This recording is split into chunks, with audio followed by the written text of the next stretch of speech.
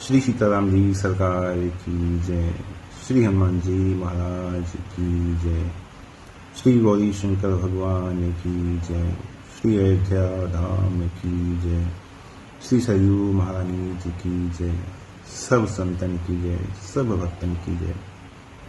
जय जय श्री सीताराम। कलिकाल में चाहे जितने भी दोष हों, जितने प्रकार से जीव से पाप बनता हो, जीव विषयों में वासनाओं में कितना भी कलिकाल में सरलता से और सहजता से लिप्त रहता हो, लेकिन इन सब के बाद भी कलि में एक ऐसा गुण कहा जाता है जिसके आगे जितने भी अवगुण हैं उन सबका कोई महत्व नहीं रह जाता। ये कि कलयुग में सरलता से और बड़ी सहजता से भगवान की प्राप्ति हो जाती है, यही तो कहा जाता है ना, कलयुग समयुग आने नहीं जो नर कर विश्वास, गाय राम गुण गण विमल भवतर बिनहि प्रयास। यहां पे ये लाइन बड़ी देखने समझने वाली है। भवतर बिनहि प्रयास, बिना ही प्रयास के अभी तक आप लोग क्या कर रहे हैं? इस भवसागर से तरने का प्रयास कर रहे हैं। जीवन भर उस प्रयास में ही रत रहते हैं। जीवन भर उसी प्रयास के लिए भांति भांति के सत्कर्म हो गए, साधन हो गए, भजन हो गए, उसी प्रयास के अंतर्गत वो सब आता है। लेकिन इसके बाद भी ये प्रयास की बात तो तब कही गई कि ठीक है भाई कलिकाल नहीं है और अन्य अन्य लोग युग हैं, चाहे सतयुग हो गया, त्रेता हो गया, द्वापर हो गया, तो इन सब युग में तो प्रयास की बहुत अधिक आवश्यकता थी, प्रयास किए बिना काम नहीं होता था। लेकिन कलिकाल में भवतर बिने प्रयास, बिना ही प्रयास के भवसागर से तरने की बात यहां पे शंकर जी गोस्वामी जी के माध्यम से बता रहे हैं। शंकर जी के नाम मैंने इसलिए लिया ताकि बात में थोड़ा सा वजन आ जाए, क्योंकि गोस्वामी जी की बात पे तो लोग आक्षेप कर देते हैं, लेकिन जहां शंकर जी का नाम आ जाता है फिर वहां पे आक्षेप नहीं आता। तो शंकर जी ने लिखा कि भवतर बिने ही प्रयास, कि संसार सागर से तरने के लिए प्रयास भी करने की आवश्यकता नहीं है। अच्छा, प्रयास की आवश्यकता नहीं है, फिर कैसे काम होगा? भाई प्रयास की आवश्यकता नहीं है तो कैसे काम होगा? तो पहली तो जो मूलभूत जो आवश्यकता थी मानव शरीर की, वो तो भगवान ने वैसे ही कृपा कर दी। बड़े भाग्य मानुष तन पावा, सुर दुर्लभ सब ग्रंथ ही गावा, साधन धाम मुक्त कर द्वारा पाइने यही परलोक सवारा। तो संसार में जितने भी साधन कहे गए हैं वो सब साधन दूसरे स्तर के साधन हैं। सबसे पहली प्राथमिकता तो यह है कि सबसे पहले तो आपके पास मानव शरीर होना चाहिए, क्योंकि इसके बिना तो कुछ साधन होने वाला नहीं है। तो सबसे पहली बात तो यह है कि सबसे पहले तो वही मानव शरीर हो। फिर इसके बाद समय समय पर सत्पुरुषों का संग प्राप्त होता रहे, ये भगवान की विशेष दया हो जाती है ना। जीव पर जब भगवान की विशेष कृपा होती है तब जाके उसको संतों का, महापुरुषों का संग प्राप्त होता है, जिससे ये संसार समुद्र भी उसके लिए गोपद के समान हो जाता है। संत विशुद्ध मिलहि परिते ही, चितवहि राम कृपा करिजे ही। राम जिस पर कृपा कर देते हैं, संत विशुद्ध, उसको विशुद्ध संत, सच्चे संत मिल जाते हैं। विभीषण जी ने जैसे हनुमान जी से कहा ना, अब मोहि भा भरोस हनुमंता, बिनु हरि कृपा मिले ही नहीं संता। यदि संत मिल जाए तो उसे भगवान की कृपा माननी चाहिए।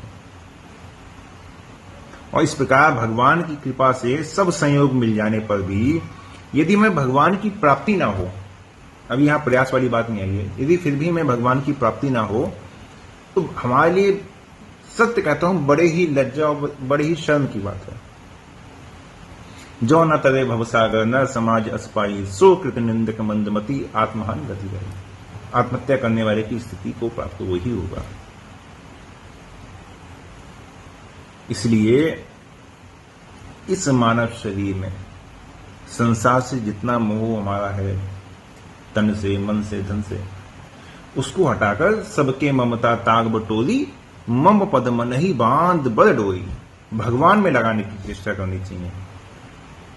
अन्यथा आगे सो पलत दुख पाव ऐसे धुनि धुनि पछताई, और काल ही कर्म ही ईश्वरी मिथ्या दोष लगाई।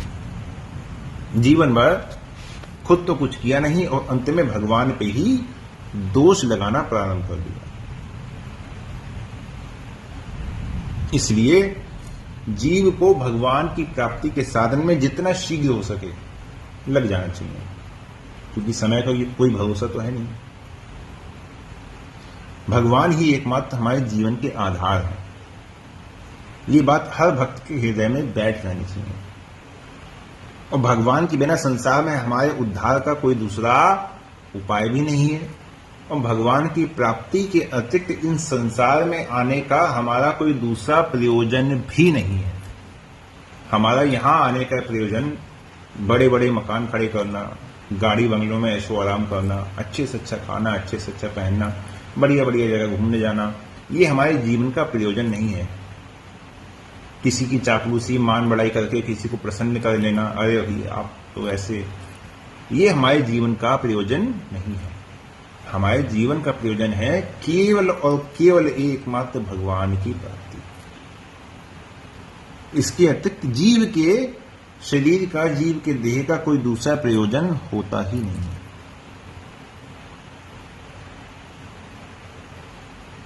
और इस प्रकार से जब हमें भगवान की आवश्यकता अनुभव होने लगे कि नहीं, हम भगवान के बिना रह ही नहीं सकते, तब भगवान की प्राप्ति शीघ्र हो जाती है। जैसे राजा उत्तानपाद है ना, मनु शत्रुपा जी के पुत्र, उनके पुत्र ध्रुव जी ध्यान में मग्न थे, है ना। उस समय राक्षसों ने अनेक विघ्न किए, लेकिन वो विचलित नहीं हुए, अपितु भगवान के ध्यान में ही रहे, और भगवान ने उनको दर्शन भी दे दिए। अब समय देखिए, ध्रुव जी को सतयुग में जप तप और ध्यान के तीव्र अभ्यास से 5.5 महीने में भगवान मिल गए। लेकिन तो कलिकाल है। अब कलिकाल में उस प्रकार का जप तप ध्यान ये तो कोई कर नहीं सकता। इस प्रकार का जप तप ध्यान से भगवान मिल जाए तो उस प्रकार का कलिकाल में तो होगा नहीं, वो तो सतयुग की बात थी। तो स्कंद पुराण में कहा गया कि सतयुग में 10 वर्ष तक साधन करने से जिस पुण्य की प्राप्ति होती है वही त्रेता युग में 1 वर्ष में हो जाता है, द्वापर में 1 मास में, और कलयुग में वही कार्य 1 दिन में ही सिद्ध हो जाता है ना। त्रेतायाम वार्षिको धर्मो द्वापरे मासिका स्मृता यथा कलेशम चरण। तो कलिकाल में केवल 1 दिन, कलिकाल में केवल 1 दिन, त्रेतायुग में 1 वर्ष, द्वापर में 1 मास, कलिकाल में केवल 1 दिन के अनुष्ठान से वो पुण्य मिल जाता है। अब यहां से अगर हम लोग हिसाब किताब लगाकर देखें तो इस कलयुग में ध्रुव जी की तरह साधन करने में करीब 3 घड़ी में, यदि ध्रुव जी के समान किसी का साधन हो जाए तो केवल 3 घड़ी में उसको भगवान मिल जाएंगे, है ना। मतलब मान लीजिए थोड़ा सा देख के चले तो लगभग 1.25 से 1.5 घंटे में यदि वैसा साधन किया जाए तो भगवान की वैसी प्राप्ति हो जाएगी। अब यदि कोई कहे कि भाई हम उनकी तरह श्वास रोकने में तो असमर्थ हैं, ठीक है, नहीं रोक सकते, तो मान लीजिए 3 घड़ी के स्थान पर बिना श्वास रोक के साधन करने पर 3 दिन में मिल जाना चाहिए, 3 दिन में भगवान मिल जाने चाहिए यदि वैसे ही हो जाए साधन, लेकिन श्वास ना रोकें तो 3 दिन में भगवान मिल जाने चाहिए। अब कहें कि हम 3 दिन तक एक पैर से खड़े भी नहीं रह सकते, फिर ठीक है। ऐसी अवस्था में यदि बैठ के साधन किया जाए 3 दिन की जगह भाई 6 दिन में मिल जाए, 6 दिन में भगवान मिल जाने चाहिए। अब कहें कि भाई शरीर की प्रक्रिया है, उसका अवरोध है, भूख प्यास है, निद्रा है, उसका त्याग नहीं कर सकते, तो भाई अब अगर इन सब का त्याग ना करे तो भी 8 पहर में एक बार दूध एक बार फल खाकर यदि ध्रुव जी की तरह नाम का जप किया जाए, 8 पहर का मतलब समझ गए ना। तो यदि देखा जाए तो इस प्रकार से यदि एक बार दूध ले लिया जाए और एक बार फल खा लिया जाए और ध्रुव जी की तरह भगवान के नाम का जप, भगवान के स्वरूप का निरंतर ध्यान किया जाए, तो भी उतने समय में भगवान मिल जाने चाहिए। ठीक है, नहीं अगर भगवान नहीं मिलते हैं तो फिर कलिकाल की क्या विशेषता रही भाई। कलिकाल में इतनी छूट तो है ही। गोस्वामी जी ने कहा है ना, पहे आहार फल खाई जप, राम नाम शट मास, सकल सुमंगल सिद्धि सब, कर तले तुलसीदास। 6 मास तक केवल दूध का आहार किया जाए, यह केवल 6 मास तक केवल फल का आहार किया जाए, मतलब पका हुआ जो कच्चा या पका हुआ जो अन्न है उसका त्याग, जो प्राकृतिक रूप से जो वस्तु प्राप्त हो रही है केवल उसका भोग किया जाए, है ना, दूध का या फल का। तो गोस्वामी जी कहते हैं कि ऐसा करने से जितने मंगल हैं और जितनी सब सिद्धियां हैं, करतल गत का अर्थ हो गया आपकी मुट्ठी में होंगी, या ये कहें कि अपने आप स्वतः ही आपको मिल जाएंगी। अब यहां पे एक प्रधान बात यह है कि और कुछ भी ना बन सके तो कम से कम 6 महीने तक लगातार भजन है, ध्यान है, इसका कम से कम जो तार बना हुआ है, निरंतरता बनी हुई है, वो तो टूटनी नहीं चाहिए। लेकिन ये ध्यान है, भजन है, साधन है, ये सकाम मतलब सांसारिक पदार्थों के लिए नहीं होना चाहिए। ये केवल भगवान की प्राप्ति के लिए विश्वास पूर्वक निष्काम होकर ही होना चाहिए, तब 6 महीने में भगवान की प्राप्ति हो जाएगी।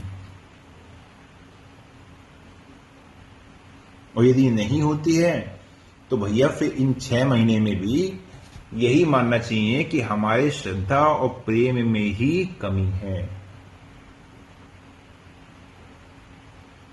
यदि नहीं होती तो फिर भगवान में जो विशुद्ध है और अनन्य प्रेम है, उस प्रेम से तो जीव को निद्रा, भूख, प्यास कुछ नहीं लगती, किसी की परवाह नहीं होती।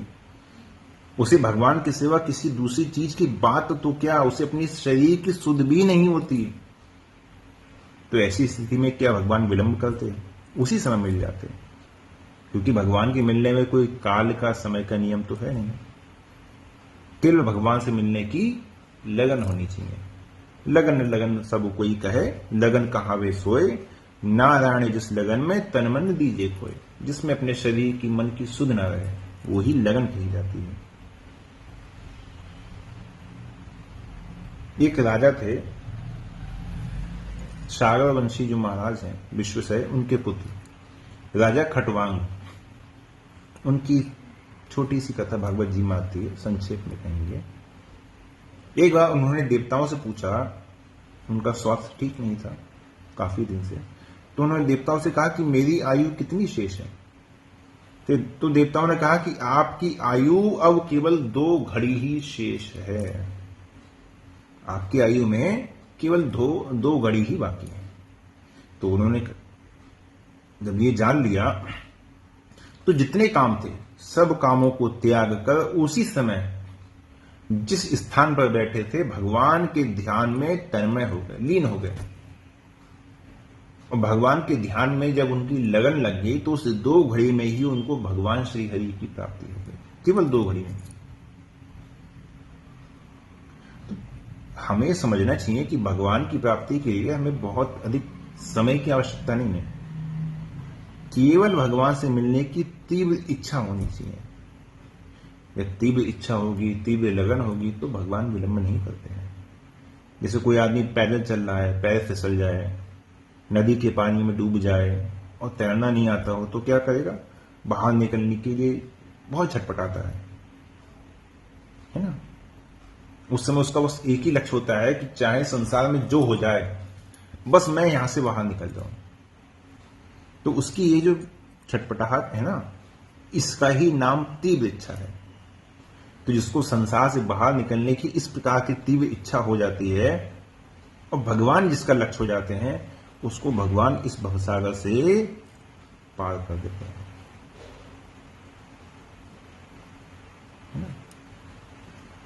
जैसे भरत जी देखिए राम जी के प्रेम में कैसे व्याकुल हो गए कि राम जी के प्रेम में, राम जी के वियोग में उन्होंने अपने प्राण देने की तैयारी कर ली। राम बिरह सागर मह भरत मगन मन होत, विप्र रूप धरि पवन सुत आई दयउ जनुपोत। भरत जी राम जी के वियोग में कि बस मेरे राम जी नहीं आए, मेरे रघुनाथ जी नहीं आए, उनकी कोई सूचना नहीं आई, मैं अपने प्राण दे दूंगा। तो इस प्रकार की जब व्याकुलता हो जाए तो फिर भगवान के आने में विलंब नहीं। जैसे मछली है, मछली जल के वियोग में तड़प कर मर जाती है, लेकिन जल उससे आकर नहीं मिलता। क्यों? क्योंकि जल तो जड़ है। लेकिन भगवान जल की तरह जड़ नहीं है, वो चेतन है, प्रेमी है, दयालु है। वो भला कब तक रुकेंगे? उनकी तो प्रतिज्ञा है ना कि जो जैसा मुझे बचता है, जो जैसा मुझे स्मरण करता है, वैसा ही मैं भी उसका भजन करता हूं। ये था मां प्रपदंते तांस भजन में। जैसे पपीहा है, पपीहे का उदाहरण भी आप सभी को कई बार दिया हुआ है। वो क्या करता है, वो पूर्णिमा की चंद्रमा को जब तक छुपता नहीं है तब तक एक टक देखता रहता है ना। चकोर है, ठीक है, अब चंद्रमा उसके सामने है तो भाई उसको सोमता है, ठीक है। तो उसी तरह यदि श्रद्धा भक्ति है तो हमारे लिए भगवान भी प्रत्यक्ष है। अब यदि श्रद्धा भक्ति नहीं है ना, श्रद्धा भक्ति नहीं है तो भगवान यदि सामने भी हो तो भगवान के होने का लाभ नहीं मिल पाता। जैसे श्री कृष्ण जी के होने का लाभ भाई पांडवों को मिला, कौरवों को कहां मिला? नहीं मिला ना, क्योंकि उनमें उनके प्रति न श्रद्धा थी न भक्ति थी। इसलिए भगवान कहते हैं ना, ये था मां प्रपदंते, कि आप जैसा मेरा भाई ध्यान रखोगे, भजन करोगे, स्मरण करोगे, वैसे ही मैं भी आपके लिए वैसा ही करूंगा। इसलिए भगवान में अनन्य और विशुद्ध प्रेम। अब जो प्रारंभ में मैंने कहा कि भवतल बिना ही प्रयास की आवश्यकता नहीं है, केवल भगवान में अनन्य प्रेम हो, केवल एक भगवान में अनन्य प्रेम हो तो उतने से ही हमारा काम बन जाता है।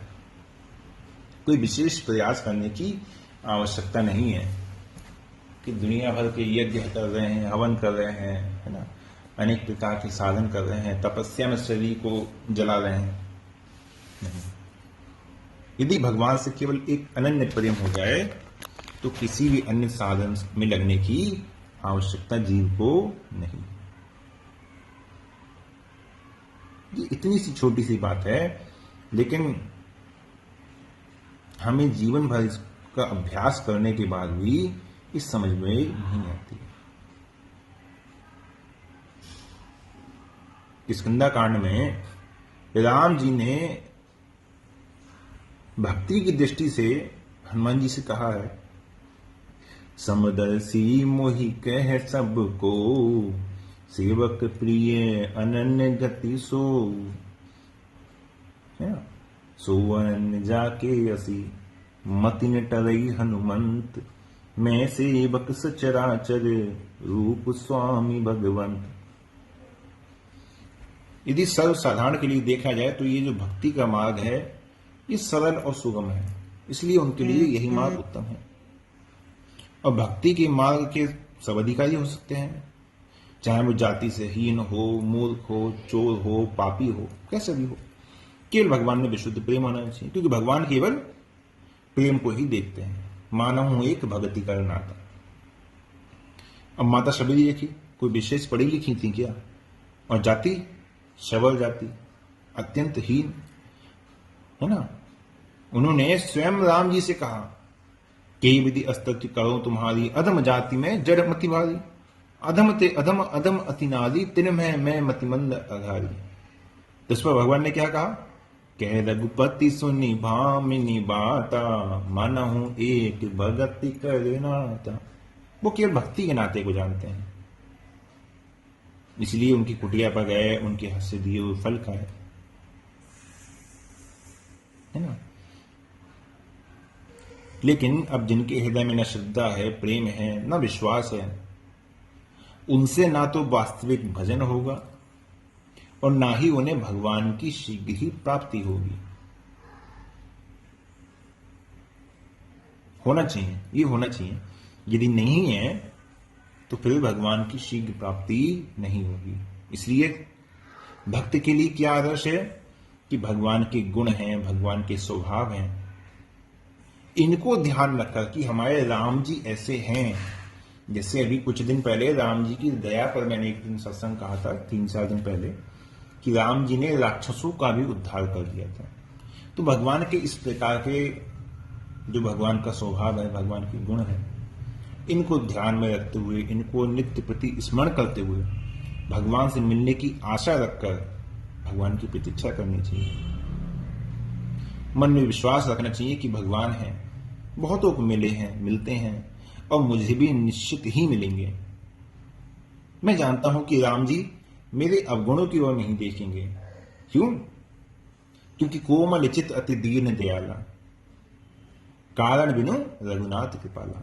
उनका हृदय बहुत कोमल है, सरल है, दया से, प्रेम से भरे हुए हैं, है ना। हरि व्यापक सर्वत्र समाना, और प्रेम ते प्रगट होई मैं जाना। वो प्रेम से मिलते हैं, इसलिए वो मेरे दुर्गुण नहीं देखेंगे, मेरे अवगुण नहीं देखेंगे, वो केवल मेरे हृदय का प्रेम देखेंगे, क्योंकि वो प्रेम को ही जानते हैं। जन अवगुण प्रभु मान न काऊ, दीन बंधु अति मृदुल स्वभाव, मोर जिय भरोस दृढ़ सोई, मिलहि राम सगुण शुभ होई, है ना।